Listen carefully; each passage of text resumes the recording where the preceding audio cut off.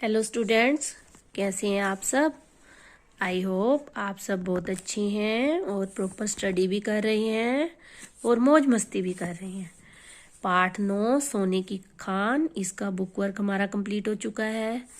PDF मैंने भेज दिया, आई होप आपने कंप्लीट कर लिया होगा। ठीक है, और ये श्रुतलेख और शब्दार्थ भी हमारे हो चुके हैं। तो आज हम करेंगे इसके प्रश्न उत्तर। प्रश्न 1, संत ने भोला से क्या कहा। संत ने भोला से क्या कहा। संत ने कहा कि आश्रम में आने वाले साधुओं के लिए तुम्हें कुआं खोदना होगा। क्या कहा संत ने। संत ने कहा कि आश्रम में आने वाले साधुओं के लिए तुम्हें कुआं खोदना होगा। इस पुण्य काम से, पुण्य काम अच्छे काम, पुण्य काम कौन सा होता है, जो काम अच्छा हो, भगवान तुम पर प्रसन्न हो जाएंगे। इस पुण्य काम से, इस नेक काम से, इस अच्छे काम से भगवान तुम पर प्रसन्न हो जाएंगे, प्रसन्न, खुश, और तुम्हें धन दे देंगे, धन संपत्ति। संत ने कहा कि आश्रम में आने वाले साधुओं के लिए तुम्हें कुआं खोदना होगा। इस पुण्य काम से भगवान तुम पर प्रसन्न हो जाएंगे और तुम्हें धन दे देंगे। प्रश्न 2, संत ने भोला को धन क्यों दे दिया। जो धन निकला था ना, जब उसने भोला ने कुआं खोदा था, उसमें से चांदी के सिक्कों का घड़ा निकला था ना, तो वो धन जो है संत ने भोला को क्यों दे दिया। क्योंकि देखिए, क्यों ऐसे कैसे लिख के, क को छोटी की मात्रा लिख दो साथ में, तो क्या बन जाएगा, क्योंकि। क्योंकि वह धन भोला के परिश्रम का था, फल था, परिश्रम, मेहनत। क्योंकि वह धन भोला के परिश्रम का फल था। क्योंकि वह धन जो था भोला की मेहनत का था, भोला के परिश्रम का फल था। संत ने कहा कि इस पर तुम्हारा ही अधिकार है, अधिकार, हक। संत ने भोला को क्या कहा। संत ने कहा कि इस पर तुम्हारा ही अधिकार है। इन सिक्कों से कोई काम धंधा शुरू करो, अपना कार्य शुरू करो, कोई काम धंधा शुरू करो। क्योंकि वह धन भोला के परिश्रम का फल था। संत ने कहा कि इस पर तुम्हारा ही अधिकार है। इन सिक्कों से कोई काम धंधा शुरू करो। प्रश्न 3, भोला ने संत के चरणों, चरणों पैरों को पकड़कर क्या कहा। क्या कहा। महाराज, आपने मुझे सच्ची राह दिखा दी है। आपने मुझे सच्ची राह दिखा दिया, मतलब सच्चा रास्ता दिखा दिया है। जब उसने कहा कि तुम कुआं खोदो, उसमें से कुआं खोदने पे जब तुम पुण्य काम करोगे तो तुम पर भगवान प्रसन्न होकर तुम्हें धन दे देंगे। वही हुआ, जब उसने मेहनत करी तो उसे क्या मिला, सिक्कों से भरा हुआ घड़ा। तो उसने फिर जब महाराज को दिया तो महाराज ने उसको क्या कहा, संत ने उसको क्या कहा कि इस पर तुम्हारा ही हक है, तुमने मेहनत की है, इसे तुम रखो और अपना काम शुरू करो। तो इससे भोला को क्या सीख मिली कि मेहनत करनी चाहिए। तो इस बात को लेकर उसने, भोला ने संत के चरणों को पकड़कर बोला, महाराज, आपने मुझे सच्ची राह दिखा दी है। अब तक मैं आलसी था, आलस करता था, कोई भी काम नहीं करता था। महाराज, आपने मुझे सच्ची राह दिखा दी है। अब तक मैं आलसी था, मतलब मैं काम से जी चुराता था। अब मैं परिश्रम करने में कोई कसर नहीं रखूंगा। अब मैं परिश्रम करने में कोई कसर नहीं रखूंगा, मतलब कि मेहनत करने से नहीं चूकूंगा, कोई भी कमी नहीं छोड़ूंगा मेहनत करने में। प्रश्न 4, संत ने परिश्रम का क्या महत्व बताया? संत ने मेहनत का क्या महत्व बताया कि क्या उसकी डिमांड होती है, महत्व कितना होता है, कितना इम्पोर्टेंट, जिसको इंग्लिश में बोलते हो आप। संत ने बताया कि भाग्य बनाने के लिए, भाग्य किस्मत, कर्म भी करना पड़ता है। कर्म काम कार्य। संत ने बताया कि भाग्य बनाने के लिए कर्म भी करना पड़ता है। कर्म करने पर ही फल प्राप्त होता है। जैसे भोला ने मेहनत की, कुआं खोदा तो उससे फल मिला ना, उससे सोने सिक्कों से, चांदी के सिक्कों से भरा घड़ा मिला। तो मेहनत करने पे संत ने बताया कि भाग्य बनाने के लिए, किस्मत बनाने के लिए कर्म भी करना पड़ता है, कार्य भी करना पड़ता है। बैठे बिठाए किसी को कुछ नहीं मिलता। कर्म करने पर ही फल प्राप्त होता है। कर्म करने पर ही फल प्राप्त होता है। परिश्रम ही सोने की खान है। खान खजाना, मतलब मेहनत ही सोने का खजाना है। हम जितनी मेहनत करेंगे उतना ही फल पाएंगे। संत ने बताया कि भाग्य बनाने के लिए कर्म भी करना पड़ता है। कर्म करने पर ही फल प्राप्त होता है। परिश्रम ही सोने की खान है। तो अच्छा था ना ये लेसन, है ना। देखो बच्चों, अगर आप भी मेहनत नहीं करोगे, अगर आप बुक्स आपकी बंद की बंद पड़ी रहेंगी, तो क्या आपको मार्क्स मिल जाएंगे? आपको याद हो जाएगा? कुछ भी नहीं होगा ना। तो कोई भी, आपने अगर पढ़ाई में किस्मत बनानी है तो आपको पढ़ना पड़ेगा, ज़्यादा से ज़्यादा मेहनत करनी पड़ेगी। तो कोई भी कार्य हम करेंगे तो ही हमें सफलता मिलेगी। साथ ही साथ आज हम रिवाइज करेंगे अलंकृत पुस्तक में पेज नंबर 56। इस पर है पर्यायवाची शब्द। पर्यायवाची शब्द क्या होते हैं? समान अर्थ बताने वाले शब्द। आपको शब्दार्थ में करवाती हूँ ना, हिंदी के जो गुलमोहर पुस्तक के आप पाठ करते हैं उसमें शब्दार्थ करते हो ना, तो वो एक शब्द का एक ही अर्थ दिया होता है, किसी किसी के दो भी दिए होते हैं ना। ऐसे पर्यायवाची शब्द जो होते हैं, एक शब्द के बहुत सारे अर्थ, तो उन शब्दों को हम क्या कहते हैं? पर्यायवाची शब्द। एक ही शब्द देखिए, जैसे यहाँ देखिए एक शब्द के 3 तो दिए हुए हैं, इसके अलावा और भी होते हैं। तो एक शब्द के जब एक से ज्यादा अर्थ हम लिखते हैं या बताते हैं तो उनको क्या बोलते हैं? पर्यायवाची शब्द। समान अर्थ बताने वाले शब्द, एक ही शब्द के और ज्यादा अर्थ। तो अब ये देखिए यहाँ क्या है? चित्र देखकर पर्यायवाची शब्द लिखिए। ये चित्र किसका है? घोड़े का। तो ये घोड़ा, घोड़े का दूसरा नाम हमने 2 दिए ब्लैंक में, घोड़ा, अश्व। वैसे इसका और पर्यायवाची शब्द होता है और अर्थ होता है तुरंग, घोटक। तो ठीक है, बाजी, लेकिन हमने यहाँ 2 लिखनी है तो हमने अश्व, घोड़ा। ये क्या है? वृक्ष, पेड़, उसका दूसरा नाम क्या है? पेड़। ये है राजा, राजा का दूसरा नाम भूप। वैसे नृप भी होता है, भूपति भी होता है, नरेश भी होता है। ठीक है, तो ऐसे ही हम पर्यायवाची शब्द करेंगे। और देखिए ये क्या बना हुआ है? फूल।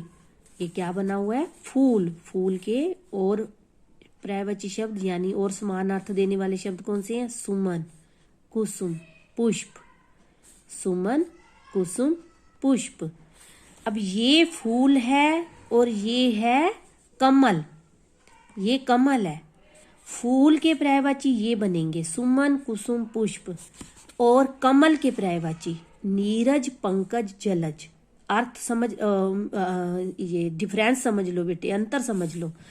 जब फूल शब्द आ गया तो फूल के पर्यायवाची लिखने हैं तो हम लिखेंगे सुमन, कुसुम, पुष्प।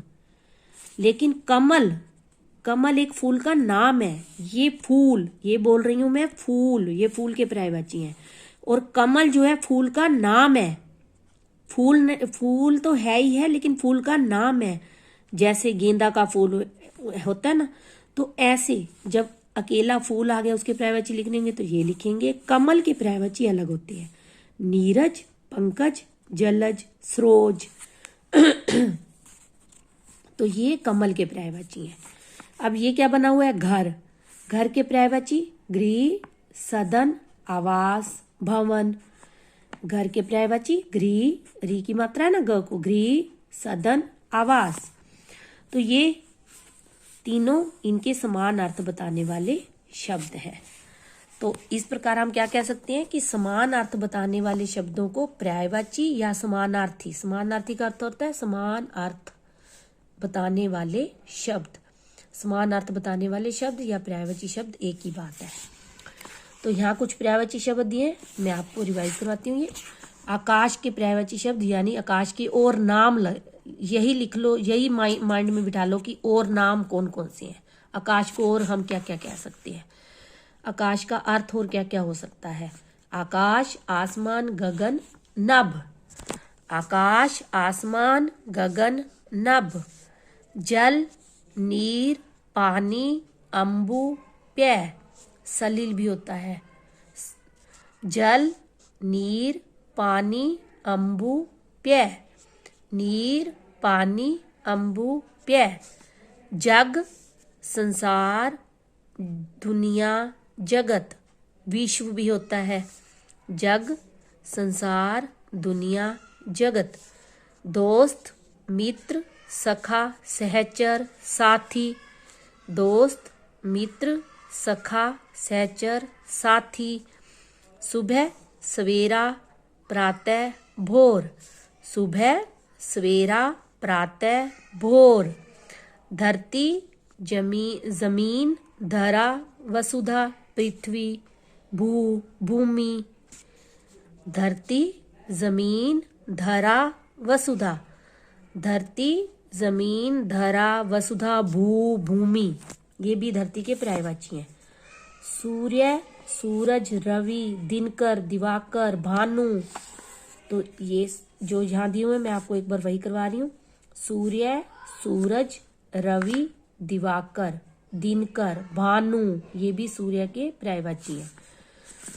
हवा, वायु, पवन, समीर।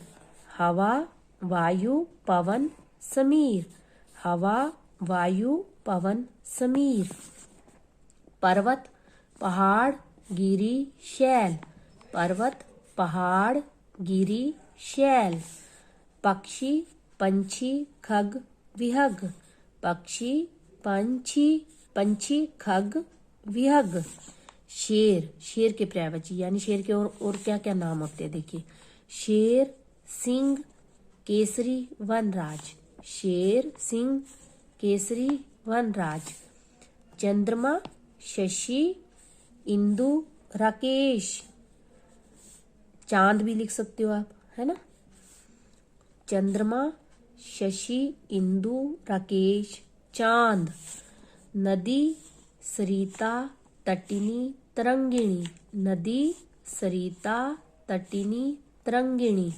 नदी, सरिता, तटिनी, तरंगिणी। बेटा, पुत्र, आत्मज, सुत। बेटा, पुत्र, आत्मज, सुत। वर्षा, बारिश, बरखा, बरसात, मेह, मेह भी होता है। वर्षा, बारिश, बरखा, बरसात। आँख, नेत्र, नयन, लोचन। आँख, नेत्र, नयन, लोचन। माँ, माँ को हम माता भी कह सकते हैं। अम्बा, जननी, मैया। माँ, माता, अम्बा, जननी। औरत, महिला, नारी, स्त्री। औरत, महिला, नारी, स्त्री। रात के देखिए और नाम रात को हम रात्रि भी बुला सकते हैं, निशा भी, रजनी भी। रात, रात्रि, निशा, रजनी। रात, रात्रि, निशा, रजनी। समुद्र, सागर, सिंधु, जलधि। समुद्र, सागर, सिंधु, जलधि। समुद्र, सागर, सिंधु, जलधि। वृक्ष, पेड़, तरु, विटप। वृक्ष, पेड़, तरु, विटप। बिजली, दामिनी, चपला, विद्युत। बिजली, दामिनी, चपला, विद्युत। आग, अन्नल, अग्नि, पावक। आग, अन्नल, अग्नि, पावक। आग, अन्नल, अग्नि, पावक। कपड़ा, वस्त्र, चीर, पट। कपड़ा, वस्त्र, चीर, पट। भगवान, ईश्वर, परमेश्वर, प्रभु, परमात्मा। भगवान, ईश्वर, परमेश्वर, प्रभु। भगवान, ईश्वर, परमेश्वर, प्रभु। तो इस पाठ से हमने क्या सीखा? एक ही संज्ञा शब्द को कई नामों से पुकारा जा सकता है। एक ही संज्ञा शब्द को जैसे कई नामों से पुकारा जा सकता है, यानी उसके समान अर्थ वाले शब्द। एक जैसा अर्थ या समान अर्थ बताने वाले भिन्न भिन्न, भिन्न भिन्न, अलग अलग। एक जैसा अर्थ मीनिंग एक जैसा, या समान अर्थ बताने वाले भिन्न भिन्न शब्दों को, जैसे एक शब्द अनेक समान अर्थ बताने वाले शब्दों को, भिन्न भिन्न शब्दों को सारे क्या बोलते हैं? समानार्थी अथवा पर्यायवाची शब्द कहते हैं। देखिए नेक्स्ट पेज पे वही चीज सारी जो हमने पीछे पढ़ी है ना, वही चीज दोबारा दी हुई है। फूल के दो पर्यायवाची शब्द सुमन, कुसुम। पृथ्वी के दो पर्यायवाची शब्द धरा, भूमि, जो हमने पीछे पढ़ा है। पर्यायवाची शब्द किसे कहते हैं? समान अर्थ बताने वाले शब्दों को, है ना। स्त्री शब्द के दो पर्यायवाची महिला, औरत। पर्यायवाची शब्दों को क्या कहते हैं? समानार्थी शब्द। ये सारा कुछ हम पीछे रिवाइज कर चुके हैं। पर्यायवाची शब्द किसे कहते हैं? समान अर्थ बताने वाले शब्दों को। और पर्यायवाची शब्दों को और क्या कहते हैं? समानार्थी शब्द। ठीक है, यहाँ समान अर्थ बताने वाले शब्दों को, अगर पर्यायवाची शब्दों को मतलब क्या कहते हैं, मतलब उसका दूसरा नाम पूछ रखा है, तो यहाँ लिखेंगे हम समानार्थी शब्द।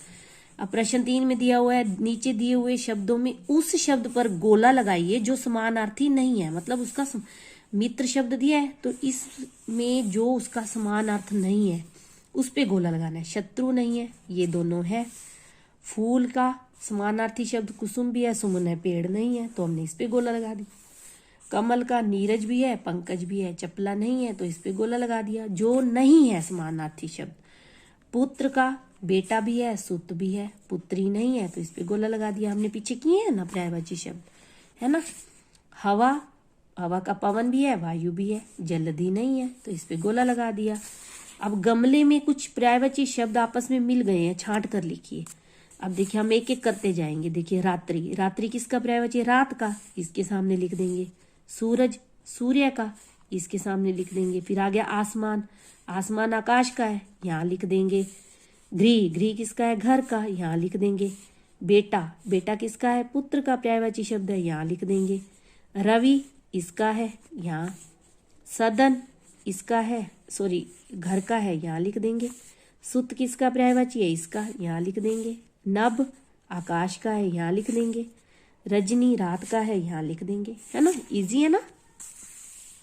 ऐसे ही अब आगे देखिए, फिर वही पर्यायवाची शब्द, नीचे लिखे शब्दों के दो दो पर्यायवाची शब्द लिखने हैं। सुबह का क्या हो गया? प्रातः। भोर मैंने 2 लिख दिए। धरती, भू, भूमि। शेर, वनराज, केसरी। नदी, सरिता, तटिनी, है ना। तो बच्चों आपने भी ये अच्छे से रिवाइज करना है, पहले एक बार समझना है, ठीक है। ओके, टेक केयर बेटा।